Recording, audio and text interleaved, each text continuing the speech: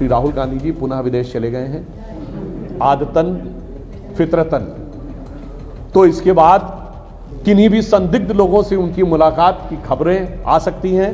आप सब लोग तैयार रहिएगा। यहां सीधे पूजा अर्चना में दूसरे मजहब के गीत के बारे में गाया जाना उनके लिए मधुर सेकुलर संगीत नजर आ रहा है।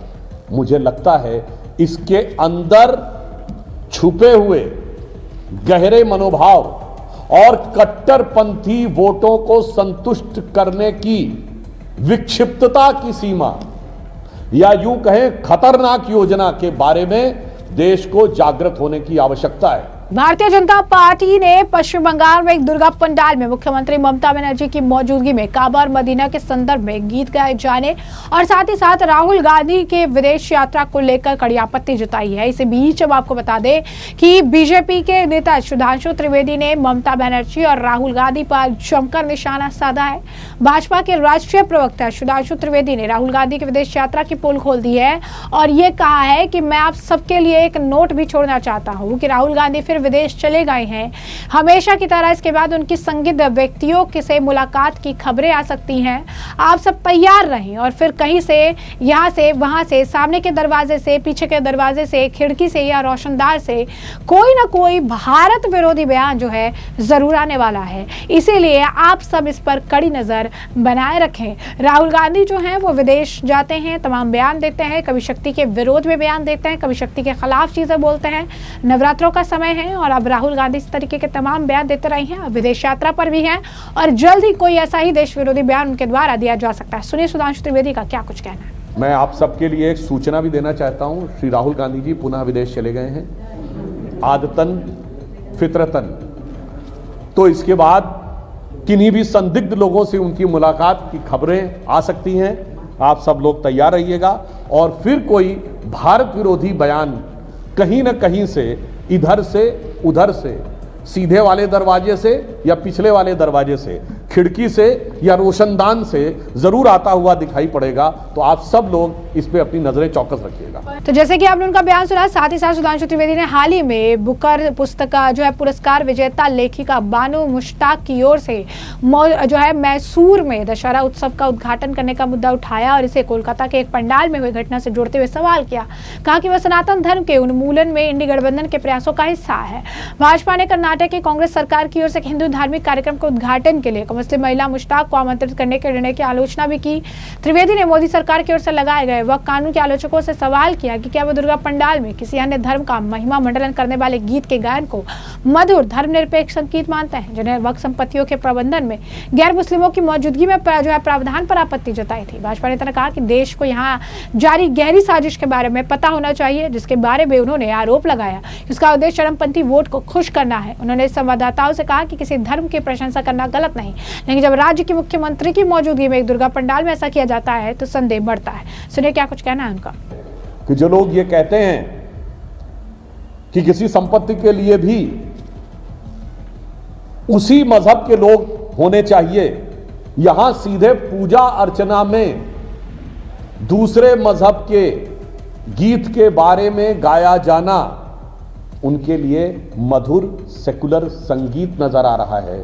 मुझे लगता है इसके अंदर छुपे हुए गहरे मनोभाव और कट्टरपंथी वोटों को संतुष्ट करने की विक्षिप्तता की सीमा या यूं कहें खतरनाक योजना के बारे में देश को जागृत होने की आवश्यकता है।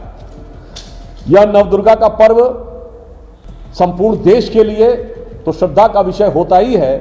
पश्चिम बंगाल की धर्म, संस्कृति और परंपरा के लिए तो इसका अत्यंत विशिष्ट स्थान है और यदि ये पश्चिम बंगाल में नवदुर्गा के समय हुआ है तो मेरा मानना है कि भारत हिंदू धर्म संस्कृति के साथ साथ बंगाल की संस्कृति के ऊपर भी ये कितना गहरा साया कट्टरपंथी तुष्टीकरण राजनीति की सोच का किस सीमा तक आता जा रहा है, इस पर हमें विचार करने की आवश्यकता है। और मैं इंडी गठबंधन से सीधे पूछना चाहता हूं कि दुर्गा पंडाल में गाए जाने वाले इस गीत पर दुर्गा पंडाल में बैठकर काबा को दिल में रखकर मदीना पे नजर रखने वाले गीत के ऊपर उनकी सेकुलर दृष्टि क्या है, इस पर हमें उनसे सीधा जवाब चाहिए। तो जैसे कि आपने उनका बयान सुना, साथ ही साथ उन्होंने कहा कि कांग्रेस नेता राहुल गांधी ने भी अतीत में हिंदू परंपराओं पर निशाना साधा है। उन्होंने गांधी से और बैनर्जी से इस मुद्दे पर अपना रुख स्पष्ट करने को कहा।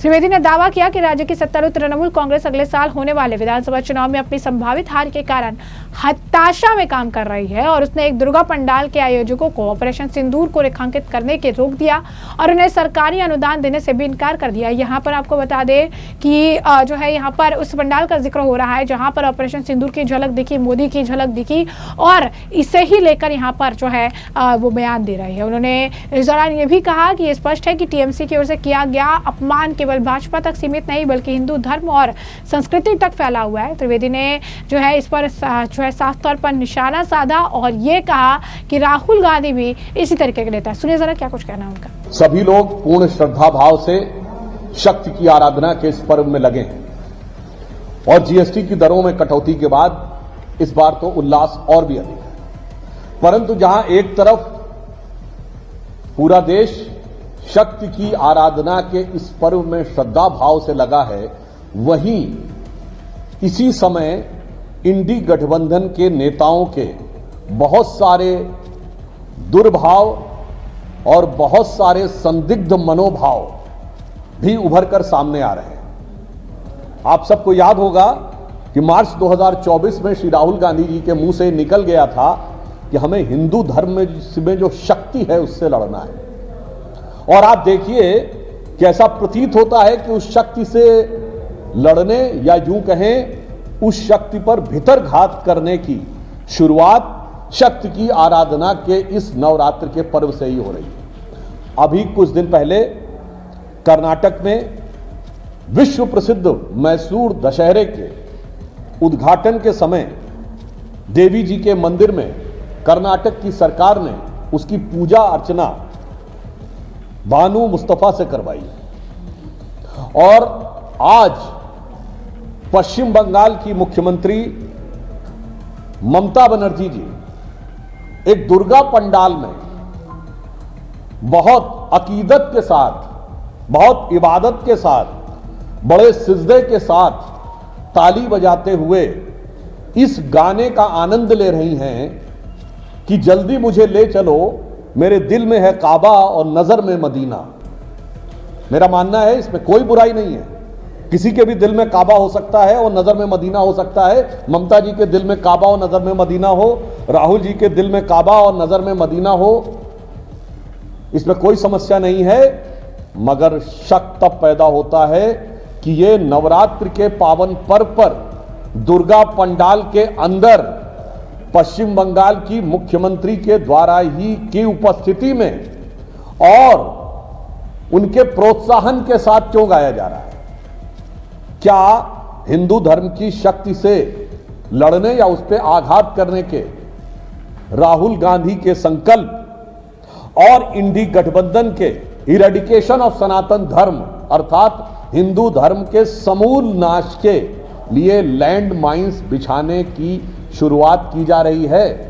मेरा सीधा सवाल इंडी गठबंधन से है। तो जैसा कि हमने उनका बयान सुना, साथ ही साथ उन्होंने प्रधानमंत्री नरेंद्र मोदी के उड़ीसा दौरे की आलोचना करने के लिए भी कांग्रेस पर पलटवार किया। उन्होंने कहा कि जहां प्रधानमंत्री ने कई विकास परियोजनाओं की शुरुआत की, उन्होंने कहा कि कांग्रेस ना तो सरकार में है और ना ही राज्य में मुख्य विपक्षी दल है, बल्कि वो अपनी हीन भावना और ईर्ष्या के कारण ही लगातार प्रधानमंत्री नरेंद्र मोदी पर निशाना साध रही है। वहीं इस पूरे मामले को लेकर अब भाजपा के IT विभाग के प्रमुख और आज माननीय प्रधानमंत्री जी उड़ीसा गए थे, जहां उन्होंने कई विकास योजनाओं का उद्घाटन किया और उड़ीसा को कई विकास के कार्यों को समर्पित किया।